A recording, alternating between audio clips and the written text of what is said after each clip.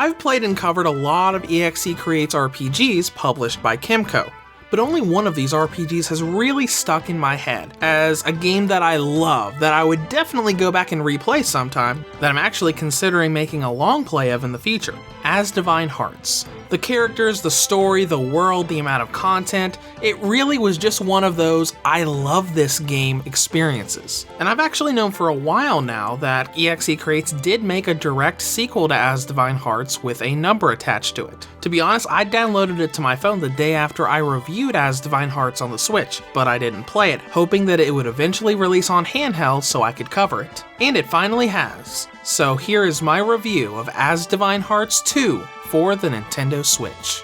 For those of you who haven't played Asdivine Hearts 1 yet, this section will contain spoilers, so if you want to play the games in order, please skip to the gameplay section. 2 years after the true ending of Asdivine Hearts, Zack and company are once again summoned by the light deity to assist them in fixing a problem in a parallel world, much like they did in both Asdivine and Reveria in the first game. Now the story setup of this game isn't really bad and does line up with the events of the previous game, but there are some problems, the first being the fact that this story feels like it doesn't know where it's going. There are 3 points in the game where the characters talk about this being the final battle, and it actually legitimately feels like a final dungeon and a final boss fight. And you have this, oh, the world is saved, and then something else happens, and there's a new enemy, and then you go through the whole thing again, and the world is saved again, and then it happens again with a true ending path. It's like they took 3 different games that they could have made into Asdivine Hearts 2, 3, and 4 and threw them all into one game with not too much transition into one another. They are linked by certain events, but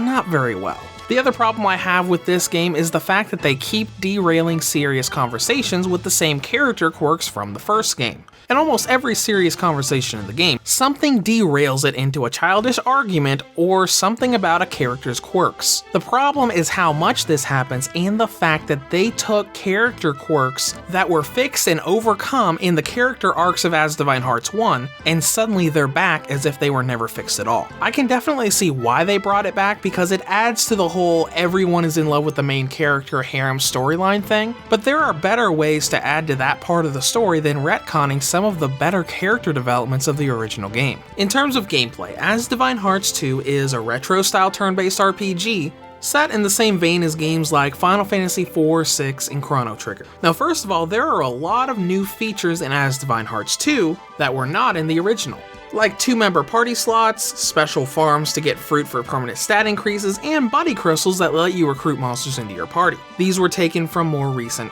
EXE Create games like Antiquia Lost and Fern's Gate. But when it comes to basic progression, not a lot has changed here. You've got a story that constantly pushes you to new locations on the world map, you visit towns to talk to NPCs and buy new equipment, and you go to dungeons to fight monsters and bosses. Pretty typical RPG stuff here. The main difference here is just how the game works with all these new systems from the more recent games, like having 2 members per 1 party slot combining their stats into one, and being able to pretty much infinitely increase your weapon's power by letting it absorb other weapons for weapon experience. And of course we've got our typical side content for one of these games. There are a few NPCs in each town that have little fetch quests that you can do. The Maid Guild is there so you can do side quest tournaments for special rewards. And you've got the special currency you get from random encounters that you can use in the in-game shop so you can buy special equipment or items that'll help increase the amount of experience and gold you get from every encounter. Do note that there are special microtransaction items that you can buy on the eShop, but when you can use the in-game currency to buy items that basically do the same thing, and you get a lot of that in-game currency at the start of the game, you don't even need those items. But now with all that side content in mind, let's go into content and length, which is what I loved about Asdivine Hearts, and I don't love as much about Asdivine Hearts 2. The original game lasted me almost 30 hours to its true ending. This game lasted less than half of that. I got to the normal end of Asdivine Hearts 2 in around 8 to 10 hours, and the true ending with most of the side questing done in only around 13 hours. That's not a bad amount of time for the money you're paying for this game, but it's disappointing compared to its predecessor.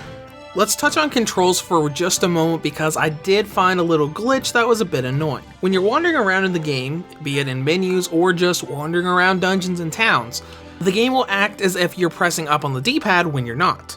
I've had this happen both when I'm using other D-pad buttons, but also when I've had the Switch in handheld mode just sitting down on a table, not interacting with it at all, and suddenly it starts scrolling through the menu like crazy. I'm pretty confident this is the game because I've used 3 different controllers, the normal left Joy-Con, the Hori D-pad Joy-Con, and the Pro controller, and whenever it does this and I hit the home button to go out of it, it doesn't keep doing it on the home menu. Now, it's not like this happens all the time.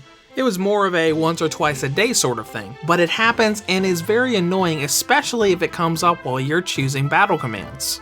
Now let's move on to presentation, which is very good. The sprites are more detailed, the gameplay is a lot smoother, and that blur effect from Asdivine Hearts 1 is completely gone and non-existent here. It looks good, has really nice redone music tracks, and doesn't really have any performance issues at all. And of course, before we close out, we should go into battery life.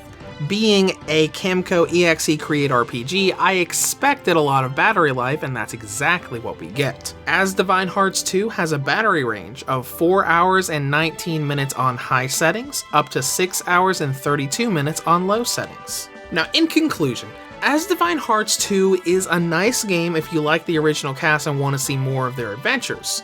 Unfortunately, there are some issues with its story, and unlike the original game, this is not very long. Now, don't get me wrong, it's a very enjoyable RPG, it's just not nearly up to the standards that the original game set. Reviews to Go rates Asdivine Hearts 2 for the Nintendo Switch a 6.5 out of 10. If you have any comments or questions, feel free to leave them below, or head to the website at reviewstogo.com.